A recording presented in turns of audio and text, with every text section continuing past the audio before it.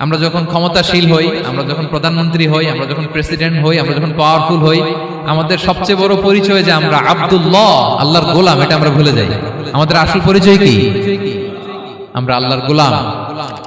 আমরা যে আল্লাহর গোলাম, এই চিন্তাটা, এই সেন্সটা যদি আমাদের মাথায় থাকে, তাহলে ক্ষমতা আমাদেরকে দাম্ভিক বানাতে পারে না, আর ওই ক্ষমতা আমাদেরকে ফিতনায়ও ফেলবে না। আমরা তো একটা দেশের মালিক হই এখন, অমুক দেশের প্রেসিডেন্ট, অমুক দেশের প্রধানমন্ত্রী, উনি গোটা বিশ্বের প্রতাপশালী রাজা ছিলেন জুলকারনাইন। তারপরেও উনি যে আব্দুল্লাহ, উনি যে আল্লাহর গোলাম, এটা তিনি ভুলে যাননি।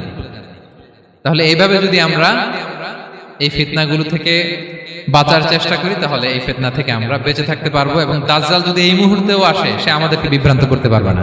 পারবে? পারবে না ইনশাআল্লাহ। ইনশাআল্লাহ বলেন। আর ভবিষ্যতের সব কাজের আগে আমরা সবসময় কি বলবো? মনে থাকবে সবার? আল্লাহ তাআলা আমাদের সবাইকে কথাগুলো বোঝার ও আমল